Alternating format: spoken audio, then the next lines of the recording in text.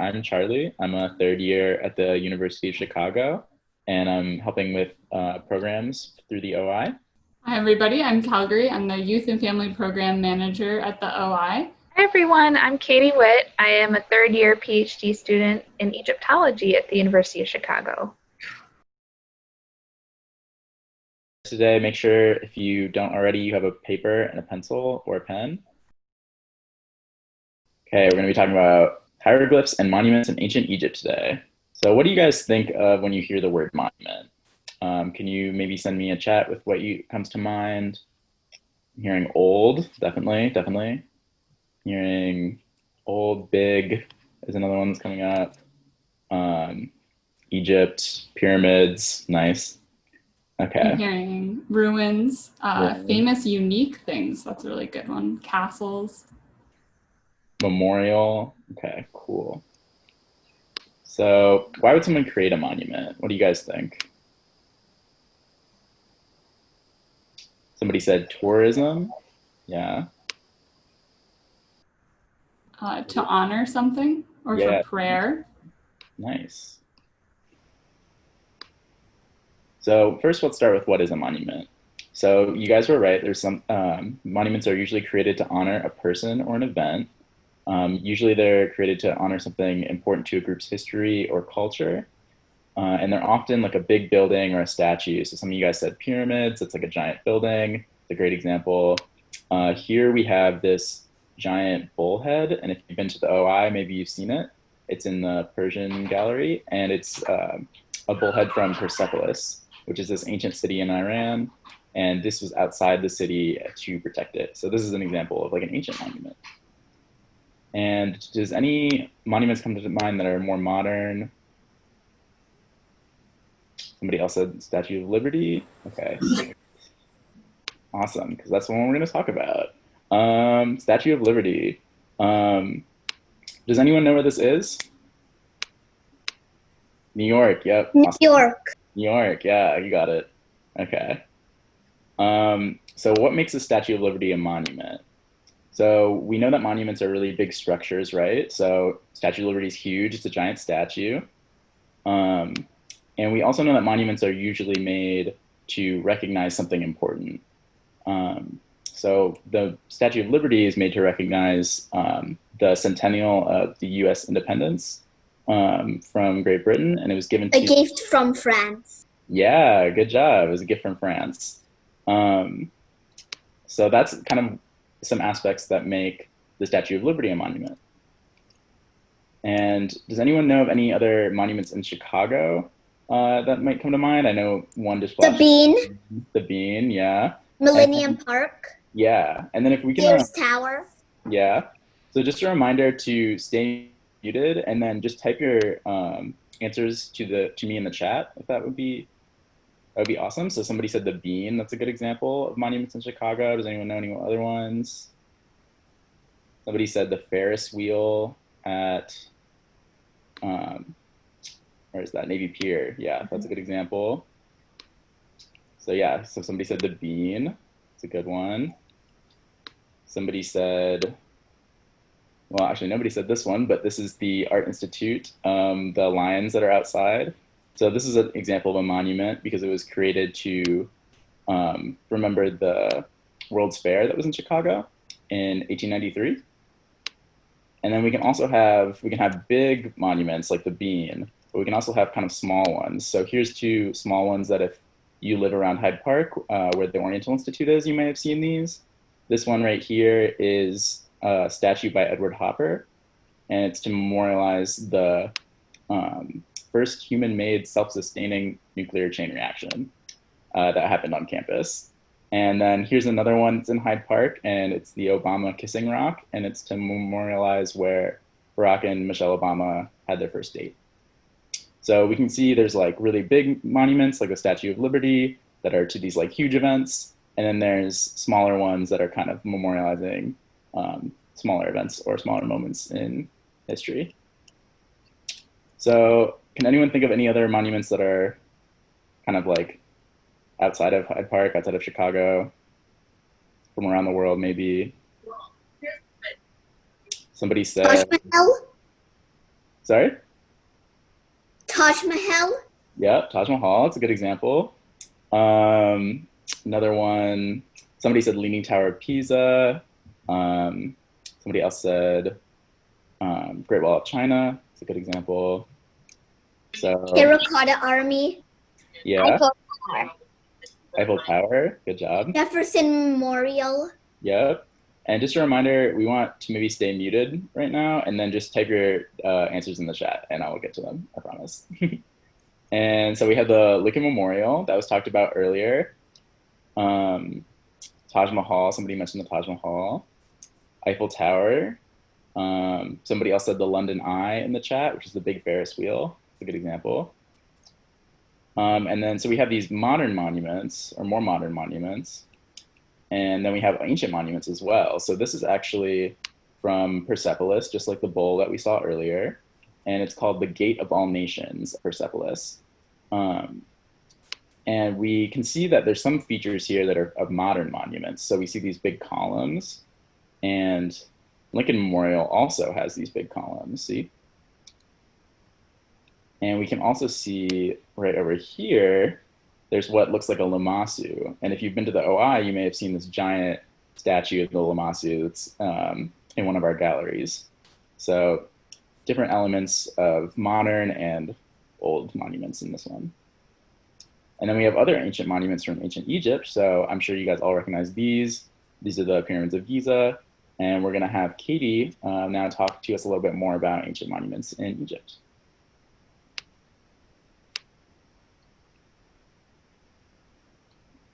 Oh, Catie, I think you're muted. Thank you. Thank you. Yes, I am. So I'm going to share my screen here now. We'll talk some more about ancient Egyptian monuments.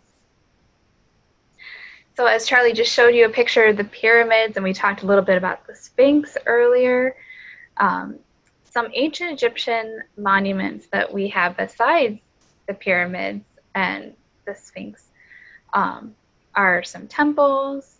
Temples are a major feature that are one of the major architectural features that are left behind from ancient Egypt. Let's talk a little bit about how we look at these ancient monuments.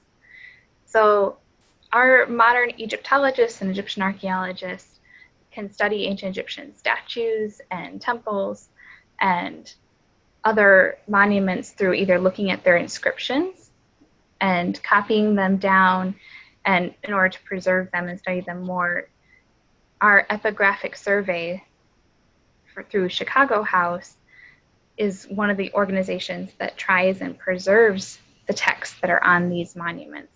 They will study and kind of read these inscriptions so that we can learn more about the monuments.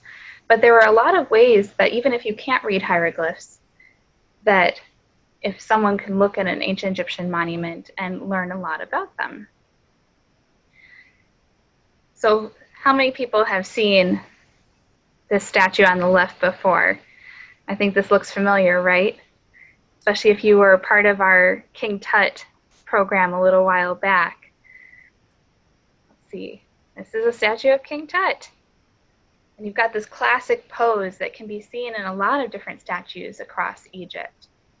You can see it here at this temple at Karnak, where you have a different king. This is not King Tut, but a different king who has the same posture. He has this power pose of his left foot forward, his hands down at his side. He's wearing the same outfit, where he has the Nemes headdress topped with the crown of Upper and Lower Egypt, and wearing the kilt here. So you can see in this picture, just like our King Tut statue is really huge at the OI, it's very impressive. You can see through this picture, you see this person sitting down here, so you can see just how big these statues are by comparison. And if you're ever visiting a monument of this size and you see a statue of this size, how does that make you feel?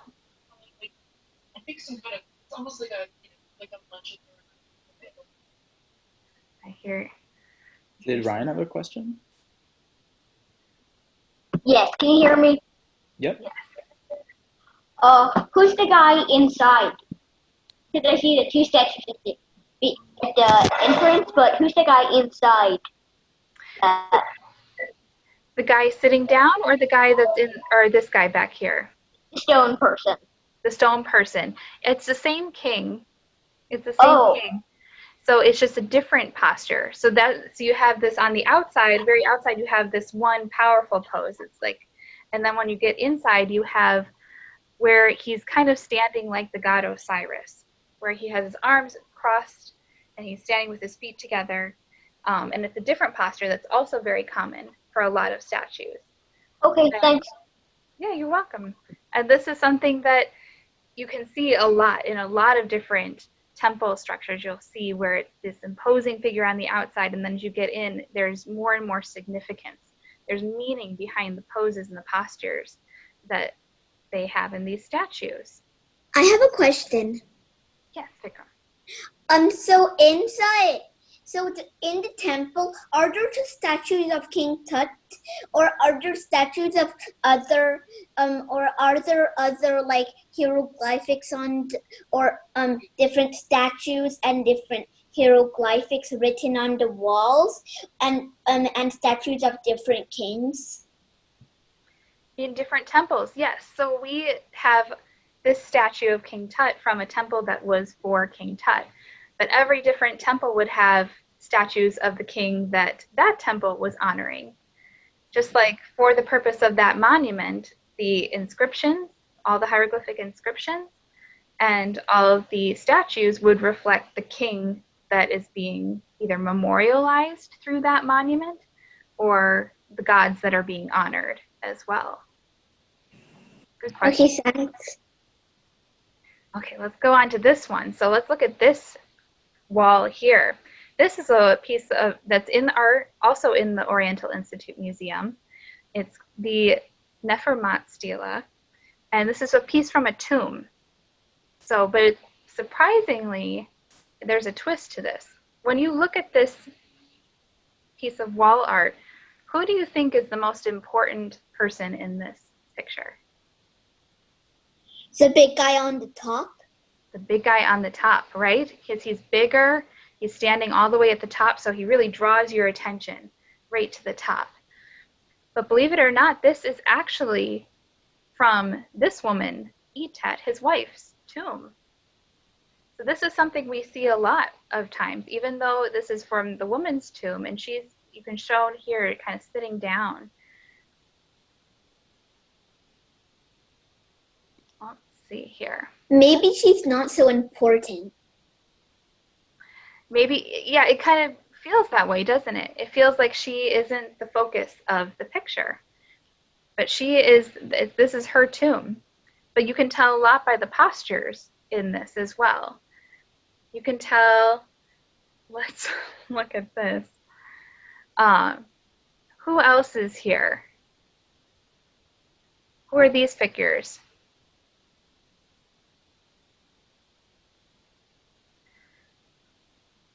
And Yeah? if I could ask, whoever is annotating on the screen, I appreciate your art, but if you could leave that till the end, maybe so Catie can explain everything, I think we would all appreciate it. Thank you. So Ryan, I saw your hand. Maybe it's their children. It's their children, exactly. So these are their children. So you have the husband, you have the wife, and you have their children. And we can tell that by the way that children are often depicted without clothes, but they also have their finger to their mouth, which is something that is very much a posture of a child throughout Egyptian art. So even if someone, huh? Or maybe she is important, but she wants to mostly show like her husband or her son mostly. It could be. It could also in have honor been, for her. It could for honor them. It could honor her. It could be that they're the ones that built the tomb for her, and they're sticking their label on it. It could be something along that line. But there's, even if you couldn't read this inscription, because most ancient Egyptians actually couldn't read. hieroglyphs is Egyptian hieroglyphs are very complicated, and it takes a long time. It takes many years for people to learn how to read them. And so majority of Egyptians, when they were looking at their monuments or things that the kings were building, they would look at the pictures. So the pictures were really important. You always have text with pictures in ancient Egypt. And so there's certain things that they would be able to stick out and they'd be able to recognize very easily, even if they couldn't read all the hieroglyphs. So something that we see here that you can see in a lot of different pieces, if you go to the OI or if you go to the Field Museum or you're going to a different museum, sometimes you'll be able to pick out monuments that have this flag on them. And if you have 3 flags, it's plural. So this one flag is God, 3 flags is gods. So that's something you could pick up on. And also you have this sign here, you can see it right here. It's a sign for writing. And this is it looks like a little palette with the equivalent of a pen, basically, for the ancient Egyptians. And if you ever saw this glyph, you're having something to do with writing. So that was really easy to recognize. You also we have some examples of other postures that you'll see Egyptian figures drawn in, either on temple walls or tomb walls. I'll see if we can do some of them together. You see? Let's start on the left here. So if you see anyone in any artwork that has their arms up like this, sometimes they'll have just one arm up if they're holding something else, like we'll see in just a second. But if they have both arms up, it's a posture of worshiping, they're praying. Sometimes you'll see where they're presenting something. They'll have either a little orb or some sort of dish in their hand, and they'll be presenting the offerings to usually a god. Sometimes when you see someone sitting down, a lot of times that could mean that they are deceased and that they are accepting offerings. And sometimes you'll see like an offering table in front of them. And this is another one that is pretty classic, where you have people that are mourning in groups, and it's usually women that are doing the mourning in these pictures. And they're putting their hand to their head as a sign of pain or a sign of being upset. Let's go to the next one here. So now, having just talked about that, who do you think in this picture? You can write it in the chat. Who do you think is the one, except in this stela here, who's accepting the offerings and who's the one giving the offerings? You see that this god here, this is Ra Harakti, and he is accepting the offerings, because you can see this woman standing here. Remember, she has that praise position. So she's got one hand up. She's got the other one that's pouring out what looks like water here. You can see water coming out of this jar. So she is honoring and praising this god here. And how do we know that it's a god? Because of the head, right? Because it has eagle wings and an eagle head. Yeah, it has the head. And you can see that too, that then when we look at this wall art, this is from Daryl, whoops, I went back. This is from Daryl Bahri. And you can see this figure here is seated on a throne accepting offerings. And we have the jackal head, which tells us that this is the god Anubis. So now you can read a little bit of those pieces. Let's look at the architecture itself. And so if you ever were in Egypt or you were visiting somewhere else and it has these types of styles, you can point that out immediately and just be like, that's Egyptian. That's exactly what that looks like. So we talked a little bit, somebody mentioned that one of their favorite monuments was the Washington Monument. Does that look similar? Yeah, it looks much similar. It looks very similar, right? The Washington Monument was inspired by the ancient Egyptian obelisk, which was erected at temples to honor a king, honor the gods, usually a sun symbol. So you can have inscriptions all the way up and down these obelisks, and you can find them a lot of times today. If you go to a lot of European cities, sometimes there's also cities in the US that have obelisks that have been brought over from Egypt. So if you see an obelisk with hieroglyphs on it, you can know right away That's Egyptian. You can point that out. Another feature that you'll see in almost every Egyptian temple is what's called a pylon. And that's where you get this kind of shape where you have the two flat tops and then there's a lower part in the middle. It's supposed to look like the horizon. So where you have the sun rising out of the horizon of the temple as you're walking in. And you can see there's some other features. What else can we see here that are on these temples? In the Luxor, it shows another Washington monument. Exactly, it shows another obelisk. Yeah, there's an obelisk in front of here. There probably was another one here, I think, that's been broken away. But there's also There's a statue in place. There's some statues in place. Yeah, it almost looks like they're gods. It kind of looks like they're gods. Yeah, they're kings that are seated looking like gods. It's kind of hard to see their faces, that they have human faces on these statues.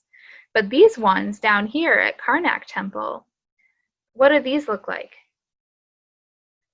Turtles? Turtles? No, They look like boats. they look like feet because they were probably people standing there because I could see feet. Lions? They kind of look like they're sphinxes, but they're instead of the Great Sphinx, Small. instead of a human head or a lion head, they have a ram's head. Yeah. But they're small sphinx. Exactly, they're small sphinxes. And in modern day Luxor, or really ancient Luxor, at some point there would have been lines of all these sphinxes connecting the three major temples in Luxor. So that would have told you right then and there that you are on a special road that connects all the different temples. And there's also some things we pointed out earlier from other monuments that columns are a major feature of ancient Egyptian temples as well. They're not just from Greek and Roman temples, they're also from Egyptian temples. I see in the obelisk that there are hieroglyphics on the obelisk, but in the Luxor, the obelisk doesn't have hieroglyphics, does it? It does. It was hard to see in that picture just because of the way the light was, but it does actually have hieroglyphs on it. Yeah. And so if we look really closely at a lot of Egyptian art, back in the day too, even though it looks really bare to us right now, everything would have been brightly colored. There would have been paint everywhere, and you would have had all these inscriptions would have been painted. And you can see some of that still on the underside. This is actually would have been the roof of one of the temples. And you can see the column comes all the way up and is supporting the roof. And underneath, you have inscriptions as well. You have even more text. And these are some really common ones. So we can break it down actually, and you'll be able to find these in the Oriental Institute when you come back and visit our museum. Or if you go to the Field Museum, you can see them as well. How many people have seen this symbol? This is pretty common, right? To see the Ankh. Yeah, this is a symbol for life. And so when you have the Ankh followed by this B, you have the Sesh and the B. So you have King of Upper and Lower Egypt. And then you have this cartouche of the Pharaoh. In this case, it's Pharaoh Ramses II, Ramses the Great. But it could also be any other pharaoh. Pharaohs loved to put their names on all of their monuments so that you can tell exactly who built it. Because that was the whole point, right? To remember the people who built these monuments. So they put their names all over it. And anytime you see one of these symbols, you can pick it out. And then it's followed immediately by D-Ankh, which means given life. So it's a way to honor the king immediately after saying his name. And sometimes they would also say forever. They'd say given life forever, but they ran out of room here and they just said D-Ankh instead. So this is also something that kind of we talk about today a lot. Yeah, her friends, I know we'll get to the writing in a little bit, but we'll get there soon. But so monuments, as we've talked about before, can change over time. So every time a new king came in, he would make his mark. He would try and make his mark on the monuments. He would change things, he would add things. Sometimes once you get into later periods of time, they would try and erase parts of history as well. And so here you have from Philae, the temple at Philae, in the Christian period, they had decided they didn't really want pictures of ancient Egyptian gods anymore on the temple.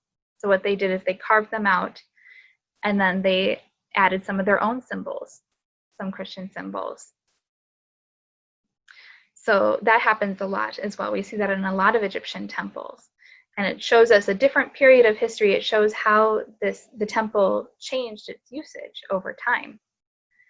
And this picture on the right is from Luxor Temple. And this is, you can see the ancient Egyptian column in the foreground here. And then you can also see in the background, what's really cool about Luxor Temple is that it went through so many different phases, and it's still being used today. So even though it had one meaning for the ancient Egyptians, today it's being used as a modern mosque. There's a mosque inside of the temple. And it used to be a church as well, so it went from being an ancient Egyptian temple to being a Christian church to having a living mosque in it. And it means that the area is still sacred to the people who live there, but they just adapted it over time to fit their needs.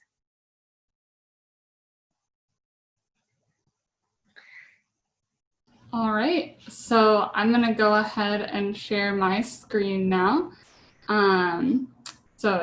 Let's see, continue.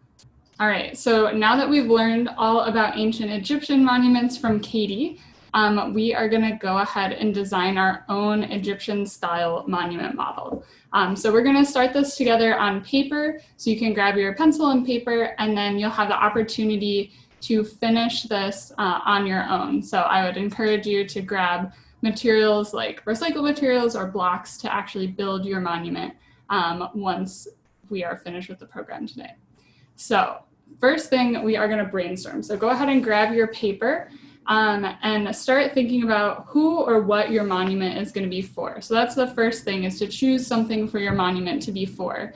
So in the chat, you can tell me or Catie or Charlie what you're thinking of doing, but maybe you want to honor a person or an event or a thing, something important to you. It could be a favorite character from a TV show. It could be a favorite character from a book. Maybe you want to honor a relative or your friend, or maybe a famous person, or you could honor an important event in your life or something in the world, or maybe you want to honor your favorite color. So it could be anything. It could be something fun or something serious. So you can share your ideas for what you're going to make your monument for in the chat. And then after you've chosen your object or the thing you're going to make your monument about, you can choose what your monument is going to look like. So how do you want it to be? Do you want a statue? Do you want a building? Do you want to do statues and buildings, or something else? So we saw a lot of different types of monuments in the presentation, some with statues, some are big parks, some are fountains. So there's lots of different types of monuments you can do. So I think I've been thinking a lot about summer and doing a lot of cooking with fresh fruits and vegetables. So I think I'm gonna make my monument for the farmer's market, because I go there every week. And I want my monument to be a building. And this is something else important to think about. How do you want your monument to make people feel? So we talked about how the King Tut statue, or the statues of the kings outside of the Egyptian monuments, would be very impressive and intimidating. But I'm guessing if you've ever visited the Bean in Chicago, you probably didn't feel intimidated, maybe a little bit impressed, maybe you thought it was really cool. So how do you want your monument to make people feel? And do you want people to be able to go into it? Do you want people to look at it from far away? So those are all things you can think about. So I think I want my monument to be something that people can go inside of and enjoy. So I see somebody wants to make a monument for their favorite color. Very cool. But anything else you can think of are good options. And then what materials will you use to make your monument? So you can think about what recycled materials you might have in your home that you can use, like shoe boxes or toilet paper rolls, or maybe yogurt cups, different containers and things. Or if you have Legos, somebody's gonna make a monument to their friends. Very good. And then if you could make your monument in real life, what would you make it out of? So I think I would make my monument, if I could really build it, out of wood and stone. But maybe you want to make a monument out of marble. I know a lot of the pyramids were coated in marble, right? Before, in ancient times. So that's something ancient people would have used, as marble and stone. And then, are there any symbols that you want to use? So somebody says they're going to make their monument out of blocks. That's perfect. So are there any symbols you want to use? So we talked about like the Egyptian Ankh as a symbol. You could include other hieroglyphs, or maybe there's other symbols you want to include, maybe some special colors. So the Egyptians loved bright colors for their monuments. I think I'll make my monument blue and green because those are the colors of life in ancient Egypt, and I think that's a really nice idea. I see those blocks, very cool. All right, so think about the materials and the colors and the symbols you want for your monument. I see somebody's gonna make their monument out of paper, super. All right, and then once we've done all this brainstorming, oh, I see someone, Richard Lionheart, another good person for a monument to be made for. All right, so next, once we have all of our ideas, it's time to sketch some of your ideas out. So I see some folks are already building, which is perfectly fine. But if you want to take a little time to plan what you're doing, you can sketch out your monument. And maybe while you're sketching, include notes like how big you want something to be, or if something's going to be a particular color or have designs on it. And then you might have to do a couple sketches if you want to get your picture just right. Don't worry too much about any of the details or anything. You're just sort of getting your ideas on paper. And then once you have your sketch and all your ideas, it's time to build. So we probably won't get to build here, except for a few of us who have our materials all ready to go. But you can gather recycled materials from around your house and build your monument with them. So there's some ideas here. If you want to use like old shoe boxes, paper towel rolls, newspaper, all of that is good. And I see Emma Heckman, you have a question? What exactly is a monument? What is a monument? That's a good question to go back to. So at the very beginning, we talked a little bit about what monuments were. Does anybody remember some of the things we said? Does anybody remember any of the ideas we said about monuments? So we talked about them. So we've talked about them honoring something. So some sort of building or statue or thing that is honoring a person or an event, or it could be something that's just important to a group of people. So monuments in Chicago would be like the Bean, which is important to people in Chicago and represents Chicago. A very famous monument in the US is the Statue of Liberty, which represents a lot of America. And then we have like the pyramids in Egypt, which are another monument. So you can use these materials to make a monument-like creation. So it'll be a mini version, but still can represent your ideas about honoring something. And then once you have built your monument, you can decorate it. So it's time to finish it. So we saw from Catie's presentation that lots of Egyptian monuments are covered in pictures and hieroglyphs and colors. So don't be afraid to decorate your monument with different designs, put in your symbols. You can put other pictures, colors, anything you want, and maybe cover it in colored paper to give it extra color. And then once you are done with that, your monument is complete. For over 100 years, the OI has been a leading research center for the study of ancient Middle Eastern civilizations. Join us in uncovering the past and learn about the beginnings of our lives as humans together. Become a member by visiting oi.uchicago.edu/member.